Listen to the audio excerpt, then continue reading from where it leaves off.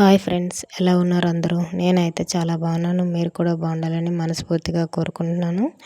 నేనైతే ఈరోజు village side బెండకాయ పులుసు ఎలా చేస్తారనేది చూపిస్తాను రండి.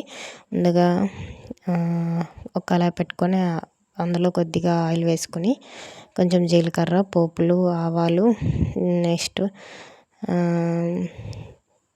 ఒక 3 పచ్చిమిర్చి, ఒక కొద్దిగా కరివేపాకు, అల్లం వెల్లుల్లి కలిపేసి కచ్చపచ్చ అయితే దంచుకున్నాను. అదే వేసేసి అల్లం వెల్లుల్లి పేస్ట్ అయితే వేయట్లేదు నేను.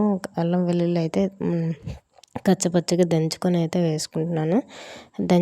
వేసేసి ఇది బాగా ఫ్రై అవనివ్వాలండి. అల్లం వెల్లుల్లి అనేది ఇది ఫ్రై అయిన తర్వాత ఉల్లిపాయని పెద్ద పెద్ద ముక్కలుగా, అంటే చిన్న చిన్న ముక్కలు కాకుండా పెద్దగా ఈనెలా కోస్తాం కదా, అట్లా కోసుకొని అవి ఫ్రై అయిన తర్వాత అందులోనే ఒక 2 టమాటాలు అయితే వేసుకొని, టమాటా అనేది బాగా ఫ్రై అయిన తర్వాత టమాటాని బాగా, అంటే టమాటా తొక్కుడు పది కదా, అట్లా బాగా ఫ్రై అయిన తర్వాత ఈ బెండకాయలు అయితే పెద్ద పెద్ద ముక్కలుగా కోసుకొని ఇందులో అయితే బెండకాయలు అయితే వేసుకోవాలి.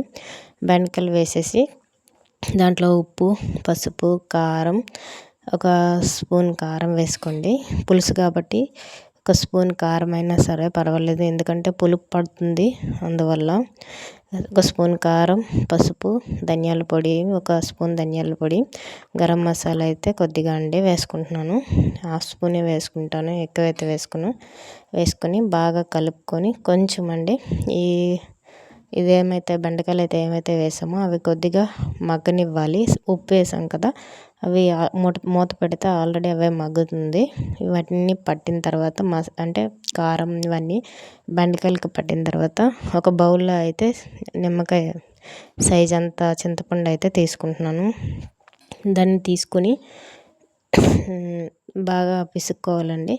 పిసికిన తర్వాత వాటర్ అయితే వస్తుంది కదా, ఆ వాటర్ని ఇందులో అయితే వేసిస్తాను.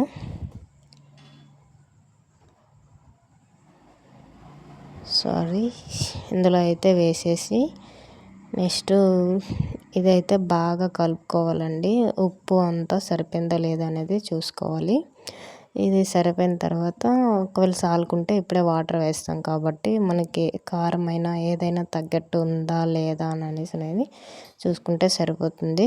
వేసేసి ఈ చింతపండు పులుసు అనేది ఇందులో అయితే వేసేయాలి.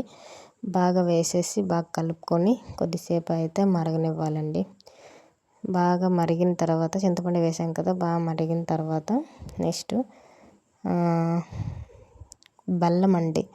ఒక చిన్న సైజు బెల్లం ముక్క తీసేసి ఒక బెల్లం ముక్క అనేది నేనైతే అందులో వేస్తున్నాను. బెండకాయ పులుసు అయినా ఏదైనా పులుసు అంటే కొంచెం బెల్లం పడితే బాగుంటుంది. కొద్దిగా బెల్లం ముక్క వేసేసి పులుసులోను అదైతే బాగా కలిపెట్టుకోవాలి. కలిపెట్టిన తర్వాత దీన్ని అయితే నేను బాగా కలిపెట్టిన తర్వాత కొద్దిసేపు బెండకాయలు ఉడికిపోయేలాగా అయితే చూసుకోండి. బెండకాయ అయితే ఉడికిపోతుంది వేరమే, ఎందుకంటే ఆయిల్లో కొంచెం మగ్గిపోతుంది కాబట్టి ఇంకా తర్వాత ఉడికిపోతుంది, తొందరగా ఉడికిపోతుంది. ఇది అండి బెండకాయ పులుసు. అంతే అండి. లాస్ట్లో కొత్తిమీర వేసేసి దించుకోవడమే. బెల్లం మాత్రం మర్చిపోవద్దు. బెల్లం అనేది కంపల్సరీ పులుసులోకి. పులుసు అంటేనే బెల్లం ఉండాలి. ఏదైనా పులుసు పెట్టుకునేటప్పుడు బెల్లం అయితే వేసుకోండి, చాలా టేస్ట్ వస్తుంది. బెల్లం వల్ల టేస్ట్ కూడా చాలా బాగుంటుంది. ఇది అండి నా వీడియో. మా సైడు బెండకాయ పులుసు ఎలా ప్రిపేర్ చేస్తారో నేనైతే మీకు చూపించాను కదా. ఇప్పుడు మీరు కూడా ట్రై చేయండి. ఈ రెసిపీ అనేది మీకు కూడా చాలా నచ్చుతుంది. నచ్చితే నాకు ఒక కామెంట్ చేయండి, లైక్ చేయండి, షేర్ చేయండి, సబ్స్క్రైబ్ చేయడం మాత్రం మర్చిపోవద్దు friends. Thanks for keep watching. Thank you so much. ఇది నా స్టైల్లో అయితే నేను ఎట్లా అంటే మా విలేజ్లో ఎలా చేస్తారు అనేది అయితే నేనైతే చూపించాను. మీకు నచ్చుతుందని నేను అనుకుంటున్నాను. ఈ వీడియో అయితే కొద్దిగా ఫాస్ట్గా చెప్పేసిన అనేసి ఏమనుకోవద్దు. లాస్ట్లో అయితే కొద్దిగా గరం మసాలా చూడండి ఎంత అయితే బెల్లం ముక్క చూపిస్తున్నానో అంతేనండి, వేసుకొని కలుపుకోవాలి. నాకైతే సపోర్ట్ చేస్తారని కోరుకుంటున్నాను. సపోర్ట్ చేయండి. Please support, please subscribe. నా వీడియో నచ్చుతుందని అనుకుంటున్నా. Thanks for keep watching. Thank you so much.